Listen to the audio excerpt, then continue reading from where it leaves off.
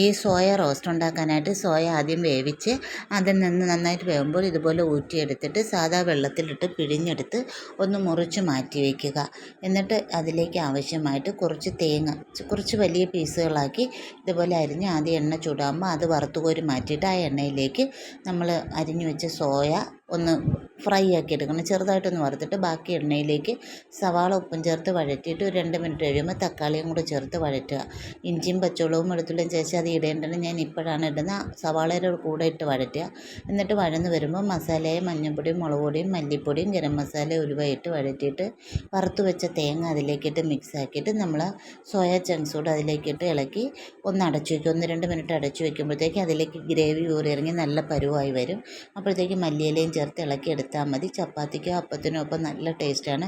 എല്ലാവരും ഒന്ന് ട്രൈ ചെയ്ത് നോക്കണേ. ഇഷ്ടമായ ലൈക്ക് ചെയ്യണേ, സബ്സ്ക്രൈബ് ചെയ്യാത്തവർ ചെയ്യണേ, ഷെയർ ചെയ്യണേ. എന്തെങ്കിലും